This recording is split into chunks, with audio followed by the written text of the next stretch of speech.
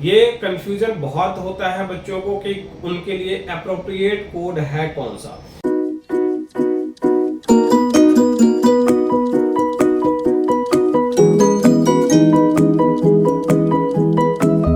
Hello and welcome to my career Pathshala friends. आज की इस वीडियो में हम लोग देखते हैं नीट एप्लीकेशन 2022 के इम्पोर्टेंट पॉइंट्स।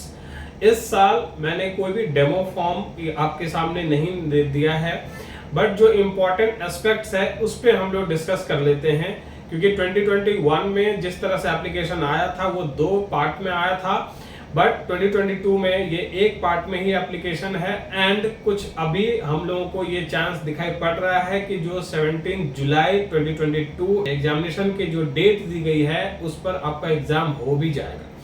तो इसलिए आपको अपनी तैयारी बिल्कुल इंटैक्ट रखनी है, बट जो एप्लीकेशन फॉर्म है उसमें भी आपको एररलेस सारी चीजें करना होगा, सो दैट कि आप काउंसलिंग के टाइम पे अपने आप को हेल्पलेस वहां पर रियलाइज नहीं करें और आपकी प्रॉपर काउंसलिंग हो जाए और एडमिशन में आपको कोई प्रॉब्लम नहीं आए। तो मैं सिर्फ इंपॉर्टेंट पॉइंट्स डिस्कस करने जा रहा हूं आज के इस वीडियो में, जिसके तहत आपको ये समझना होगा कि आपका जो रिजर्वेशन सर्टिफिकेट है या जो अपलोड करने हैं document, post card size photo, passport size photo and जो आपके कोड्स हैं, इन चीज़ों पे बहुत ज़्यादा आपके क्वेरीज होते हैं। तो मैं वैसे पॉइंट्स को, जो क्रूशियल पॉइंट्स हैं, उसको मैं आज कवर कर देता हूं। अगर आपको किसी भी तरह की और क्वेरी होती है तो फिर आप दिए गए नंबर्स पे हमें फोन करके एक बार पूछ सकते हैं। So let's start with the important point. सबसे पहली पॉइंट जो फ्रेंड्स है वो है रिजर्वेशन सर्टिफिकेट्स। अभी स्टूडेंट्स को ये कंफ्यूजन होता रहा है पिछले साल से लेकर अभी तक में, जिसमें कि उन्होंने नीट एप्लीकेशन फॉर्म में अगर वो किसी रिजर्व कैटेगरी में आते हैं तो उन्होंने अपने नीट एप्लीकेशन में वो अपना कैटेगरी फिल नहीं किया या फिर अपलोड डॉक्यूमेंट जो है सो नहीं कर पाए।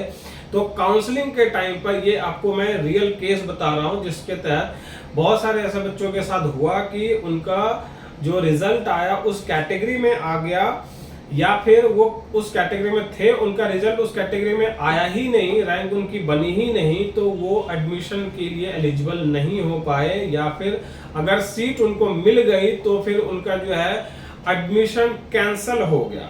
तो ये बहुत ही क्रूशियल पॉइंट है फ्रेंड्स, क्योंकि अगर ये आपको पहले से नहीं पता है और आपने नीट के एप्लीकेशन फॉर्म में अगर अपनी रिजर्वेशन जो आपकी सर्टिफिकेट है उसकी डिटेल नहीं दी है या फिर उसको टिक नहीं किया है, then you are at very risk, in riskier zone की आपका उधर एडमिशन के टाइम पर, काउंसलिंग के टाइम पर ये प्रॉब्लम क्रिएट हो जाएगा।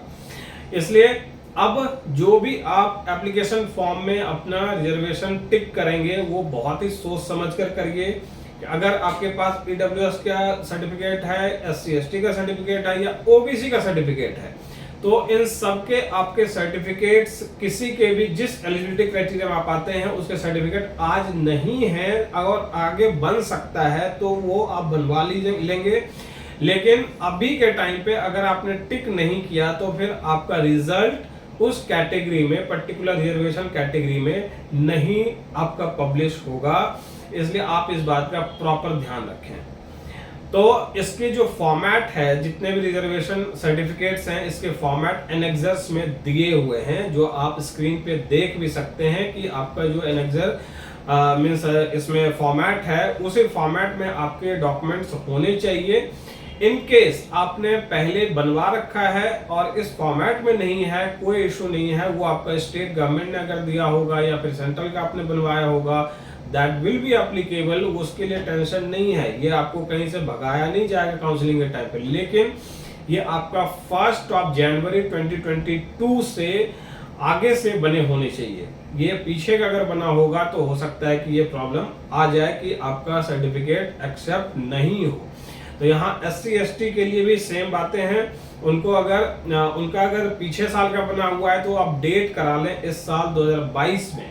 और ओबीसी, एनसीएल एंड ईडब्ल्यूएस ये तो हर एक साल अपडेट होता ही होता है, बिकॉज इट्स आपका एनसीएल जो है वो भी आपके क्रीमिलियर नॉन क्रीमिलियर का जो हिसाब है वो आपके इनकम पे है, और ईडब्ल्यूएस तो खैर इकोनॉमिक वीकर सेक्शन तो वो इनकम बेस्ड है। अब नेक्स्ट देखते हैं फ्रेंड्स, वो है कोड्स। ये कंफ्यूजन बहुत होता है बच्चों को कि उनके लिए अप्रोप्रिएट कोड है कौन सा। तो देखिए, डिस्क्रिप्शन जो आपके कोड्स का है वो प्रॉपर हर एक कोड के साथ लिखा पड़ा है, उसे ध्यान से देखिए। अगर आप मीन्स 2022 में पास हो रहे हैं तो आपके लिए सिर्फ और सिर्फ 01 कोड होगा, और 2021 एंड पीछे जो भी 12th बच्चों ने किया है उनका कोड आपका ऑनवर्ड 2nd to 7 आएगा। इसलिए आप ये ध्यान से देख करके कोड अपने फिल करेंगे। वहां पर कुछ भी ऐसा नहीं है जो कि सीरियस नोट पे आपने कोई, मान लो कि इंटरमीडिएट जिसने किया उसके लिए 03 है तो 03 नहीं डाल के किसी ने 02 डाल दिया तो प्रॉब्लम नहीं होती है। बट ठीक है, आप जानबूझकर गलती थोड़े न करेंगे, तो इसलिए आप थोड़ा सा इस पे रिसर्च कर लीजिए, देख लीजिए कि क्या आपके लिए अप्रोप्रिएट कोड हो सकता है। तो इन्फॉर्मेशन ब्रोशर के जो इम्पोर्टेंट पेजेस हैं वो मैं आपको यहाँ पर शो कर रहा हूँ, वो आप देख लीजिए। अब आगे जो कोड्स हैं, जो आपके पेरेंट्स का कोड है, क्वालिफिकेशन कोड्स वो अलग होगा। इसी तरह से और भी जो 2-3 कोड्स हैं उसके लिए आपको थोड़ा सा गो थ्रू इन्फॉर्मेशन ब्रोशर करना चाहिए, so that you will get a picture clear कि आपका कौन सा अप्रोप्रिएट कोड होने जा रहा है। जो आपके बोर्ड्स हैं, एग्जामिनेशन बोर्ड्स, जो आपके 12th का बोर्ड है उसकी डिस्क्रिप्शन पूरी जो है दी हुई है स्टेट वाइज। और अब नेक्स्ट हम लोग देखते हैं कि आपका जो passport size and post card size photo, ये काफी इंपॉर्टेंट हो रहा है। पिछले 3 सालों से मैंने देखा है कि जो आपका पोस्ट कार्ड साइज फोटो है उसके साइज को लेकर के काफी दिक्कतें आप लोगों को आती हैं। 4x6 ये सेंटीमीटर और इंचेस की बात यहाँ कहीं लिखी हुई नहीं होती है, लेकिन आप एकदम से एक ही काम करें कि आप टाइम वेस्ट ना करें कि आप खुद ही फोटो बनाने लगे, उसको मींस एडिट करने लगे। कंप्यूटर बेस्ड आपका जो भी फोटो होगा, कंप्यूटराइज फोटो जो एडिटेड होगा वो एक्सेप्टेबल भी नहीं होगा और आपका बेकार में टाइम वेस्ट भी होगा। तो व्हाइट बैकग्राउंड के साथ आपके 80% फेस कवर दोनों फोटो में, पोस्ट कार्ड साइज फोटो में भी और आपके पासपोर्ट साइज फोटो में भी, ये आपके 80% फेस कवर होनी चाहिए। दोनों ईयर्स आपके सामने दिखाई देने चाहिए, विदाउट गॉगल्स, विदाउट कैप, ये वो जो भी है वो सब आपके जो है सो फोटो में दिखाई नहीं पड़नी चाहिए। नेम एंड डेट ये दोनों प्रिंटेड भी हो सकते हैं या फिर लिख करके आप उस पर चिपका भी सकते हैं, that is not big issue. हाँ, प्रिंटेड होगा तो ज्यादा बेहतर होगा। और आपका ये जो नंबर ऑफ फोटोज है ये आप कम से कम 10-10 कॉपी दोनों के रख लीजिए, जिसमें कि आप आगे भी काउंसलिंग में इसका यूज कर पाएंगे। It is very much useful कि आप अभी से ही उसकी तैयारी करके रखें, क्योंकि आप 4 जगह अगर काउंसलिंग के लिए जा रहे हैं तो वहाँ फोटोज मांगे जाते हैं। साथ में आपको अगर यहाँ पर ये कहा जाएगा कि भाई अगर आपने जो नीट के एप्लीकेशन फॉर्म में दिया था वही फोटो चाहिए अपने को, तो फिर आपको दिक्कत आ जाएगी। इसलिए एक आप इसमें इन्वेंटरी अपना बना के रखिए फोटोज का, ये ज्यादा जरूरी है। पोस्ट कार्ड साइज फोटो हर हमेशा आप स्टूडियो वाले को ही बोलिए, वो आपका अच्छे से बनाकर, उनको साइज पता होता है, सिर्फ 4x6 बोल देने से वो बनाकर दे देते हैं। नेक्स्ट हम लोग समझते हैं फ्रेंड्स की जो एडिट ऑप्शन है, जो आपका करेक्शन विंडो की जहां तक बात हो रही है, आई डोंट थिंक कि ये करेक्शन विंडो ओपन नहीं होगा। ये हो सकता है करेक्शन विंडो ओपन हो भी जाएगा, लेकिन अगर ये चीज नहीं लिखा है कि you will be allowed to change anything in further आपके एप्लीकेशन फॉर्म में, तो यू बी अलर्ट और अभी ही एररलेस आपके एप्लीकेशन फॉर्म होनी चाहिए, सो दैट कि बाद के कोई भरोसा नहीं। अगर एनटीए ने आपको अलाउ नहीं किया, एडिट ऑप्शन या करेक्शन विंडो ओपन नहीं किया, तो you will be in a problem. तो अभी जैसे किसी बच्चे का फोन आया कि उन्होंने एड्रेस में गलती कर दी है, तो क्या वो एडिट हो सकता है? अगर अभी ही आप एनटीए को मैसेज करो या फिर उनको कॉल करो, आप उनको मेल कर सकते हैं, तो उनसे आपको जो भी कॉन्क्रीट टर्म में एक सोल्यूशन दिया जाएगा उसी को आप लोग जो है फॉलो करेंगे। और मैं समझता हूं कि अगर फॉर्म आप भर रहे हैं तो कूल माइंड के साथ अपने सारी चीजों को पहले से अरेंज करके रखने का है, जिसमें कि आपके इस बार जो चेंजेस आया है कुछ, वो भी आप समझ लीजिए कि आपको ईच एंड एवरी फिंगर का आपको इसमें यहाँ इंप्रेशन देना है, और लेफ्ट हैंड थंब इंप्रेशन तो पहले से था ही। तो ये सब चीजें जो हैं, अच्छा ये भी है कि आपका जो ब्लैक इंक में आपको सिग्नेचर देना है, और फिंगरप्रिंट जो है वो आपके ब्लू इंक में जाएंगे। तो ये भी आपको पहले से समझना चाहिए। जो इम्प्रेशन है वो आपका ब्लर नहीं होना चाहिए, जो भी फिंगर्स का आप इम्प्रेशन दे रहे हैं वो आपका ब्लर नहीं होना चाहिए, आपका वो क्लियर होने चाहिए। प्लेन पेपर पे उसके स्कैन कॉपी जो आप है वो अपलोड करेंगे। आपको इधर जो रिजर्वेशन सर्टिफिकेट्स है वो आपको अपलोड करना पड़ता है। एंड जो नेक्स्ट आपके फोटोग्राफ्स हैं वो क्लियर होने चाहिए, उसमें कोई भी हेजी नहीं होनी चाहिए। फोटोज आपके बहुत ही क्लियर होनी चाहिए। जैसे मैंने बताया कि 80% face coverage and white background के साथ। बहुत बच्चों का सवाल होता है कि मेरा बैकग्राउंड जो है ब्लू हो गया है, किसी का मीन्स ग्रीन हो गया, कुछ ऐसा बच्चों के साथ दिक्कतें आती हैं। लेकिन आप हर हाल में कोशिश करें कि आप वाइट बैकग्राउंड का ही फोटो अपलोड करें। एंड आप जो रनिंग हैंड से सिग्नेचर करते हैं वही सिग्नेचर यहाँ एप्लीकेबल होता है। उसमें कोई भी कलाकारी मत करिए सिग्नेचर में। बहुत ही एकदम से सिंपल जो सिग्नेचर करते हैं आप, वही सिग्नेचर आपको यहाँ एप्लीकेशन फॉर्म में अपलोड करना है। नेक्स्ट हम लोग देखते हैं फ्रेंड्स कि जो आपके एकेडमिक क्वालिफिकेशन की डिटेल है वो 10th ऑनवर्ड्स ली जा रही है। तो 10th का जो आपका डिटेल है, 11th की जो डिटेल है, 12th की डिटेल है, ये आपको अभी फिल करना होता है। जो अपीयरिंग स्टूडेंट है उनके लिए टेंशन नहीं है। जो अपीयर्ड हैं, जो पास्ड हैं, उनके लिए 11th के मार्कशीट या फिर 11th की डिटेल में परेशानी आती है कि उनको अब रजिस्ट्रेशन नंबर उनसे मांगा जाता है। तो आप उसमें आप ये देखिए कि 11th के रिपोर्ट कार्ड में अगर कोई नंबर लिखा है, रजिस्ट्रेशन नंबर या रोल नंबर, कुछ भी ऐसा मेंशन है तो आप वो मेंशन कर दीजिए।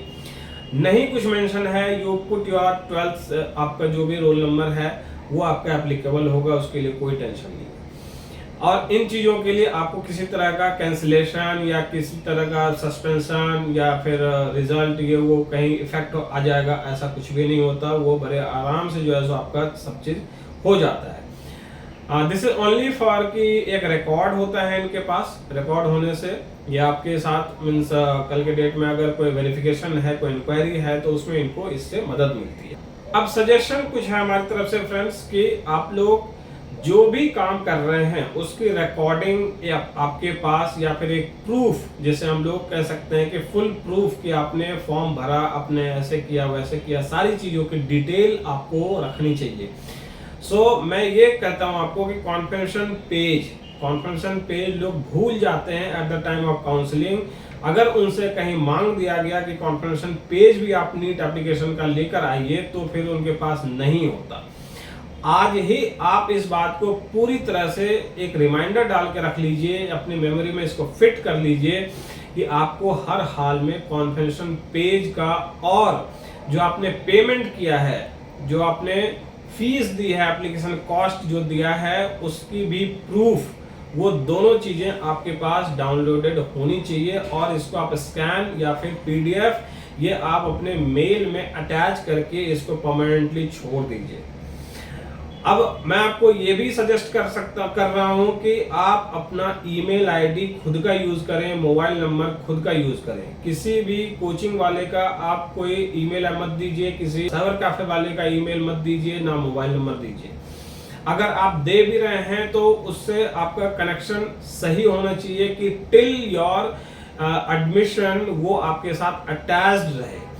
बहुत सारे ऐसे बच्चे होते हैं जिनके मीन्स जो इनकी एक्सेसिबिलिटी है वो नहीं होती है इंटरनेट की, या फिर उनको उतना नॉलेज नहीं होता, इंटेलिजेंस नहीं होता कि वो सारी चीज़ों को मैनेज कर सके। इसके लिए एनटीए ने संदेश ऐप का भी, जो कि आपको बराबर मैसेजेस जो है सो अपडेटेड मैसेजेस जो भेज सकता है, वो ऐप भी आप डाउनलोड करके अपने फ़ोन में रख लेते हैं। जिस नंबर को आपने फीड किया है एप्लीकेशन फॉर्म में, उसी नंबर में ये आपका फ़ोन में ऐप डाउनलोडेड होनी चाहिए, सो दैट कि आप हर एक अपडेट से बिल्कुल वेल इन्फॉर्म रहें और आपको किसी भी तरह से मीन्स इधर उधर जो है सो यूट्यूब में या फिर कहीं किसी से पूछने की ज़रूरत नहीं पड़े कि भाई अब क्या हो रहा है, कब क्या होगा, कब रिजल्ट होगा, कब क्या मतलब मेरे एप्लीकेशन फॉर्म में कोई दिक्कत आ रही है, क्या हो रहा है। ये आपको किसी भी तरह से किसी वीडियो के थ्रू पता चले। इससे बेटर है कि आप अपना संदेश ऐप में जो भी आपको मैसेजेस भेजे जाते हैं, कोई अपडेट भेजा जाता है, तो वहां से आप जानकारी ले लें। क्योंकि आपको अभी सिर्फ और सिर्फ अपनी पढ़ाई पे ध्यान देना है, प्रिपरेशन पे आपको कंसंट्रेट करना है, ना कि किसी भी अदरवाइज थिंग्स में आप पढ़ के अपना टाइम वेस्ट करें। कुछ अब चीजें हैं फ्रेंड जो है मिसलेनियस आइटम्स जो आपके किसी भी यूज का नहीं है। लाइक अभी बहुत सारे ऐसे लोग होंगे जिनको कि जेई मेन भी देना होगा, तो वो अब जो है ट्विटर हैंडल अपना एक मैं देख रहा था कि वो अब चला रहे हैं कि भाई जेई मेन भी हमारा 3 दिनों के बाद ही है, तो हम जो है अपना नीट भी देंगे, जेई मेन भी देंगे, तो टाइम ड्यूरेशन बहुत कम है, तो डेट एक्सटेंड करो, तो इसको कैंसिल कर दो, पोस्टपोन कर दो। मतलब ये सारी चीजें जो हैं कहीं न कहीं जाकर के एक आपके लिए बैरियर का काम करता है, जिससे आप अगर दूर रहें और ऐसी चीजों को आप प्रमोट नहीं करें, बढ़ावा नहीं दें, तो ये आपके बेटरमेंट के लिए ही है। क्योंकि लास्ट ईयर का सिनेरियो जो है उससे आप देखिए क्या होने जा रहा है कि 2021 का बच्चा और 2022 का फर्स्ट ईयर का बच्चा दोनों एक ही क्लास में दोनों पढ़ाई करेगा इस साल।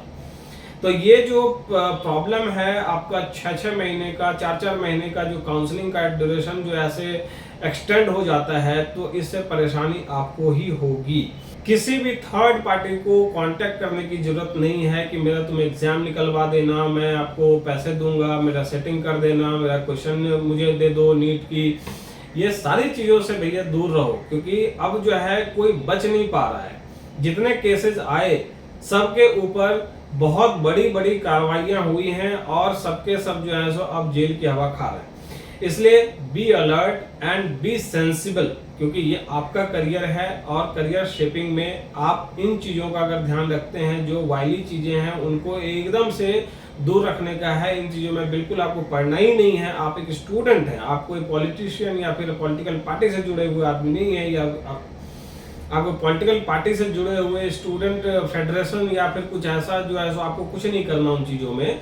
इसलिए आप अपने कंसंट्रेशन को डाइवर्ट मत होने दीजिए और बिल्कुल ही आप जिस चीज का डिजायर कर रहे हैं, जिस चीज का एम कर रहे हैं, उसके ऊपर एकदम से लगे रहिए डेडिकेशन के साथ। So thank you so much for watching. अगर आपको किसी भी तरह की नीट एप्लीकेशन से रिलेटेड क्वेरी है तो आप मुझे फोन कर सकते हैं, दिए गए नंबर पे व्हाट्सएप मैसेज भेज सकते हैं। I will try my best to reply as soon as possible. अब आगे जो भी रिलेटेड इंफॉर्मेशंस है नीट से 2022 के, उससे रिलेटेड हम लोग आपको बहुत सारे वीडियोस अभी देने जा रहे हैं। So be well inform with my career Pathshala about your happenings in NEET and international admissions too. Thank you so much again, and be healthy, be concentrated, and all the best for your NEET exam.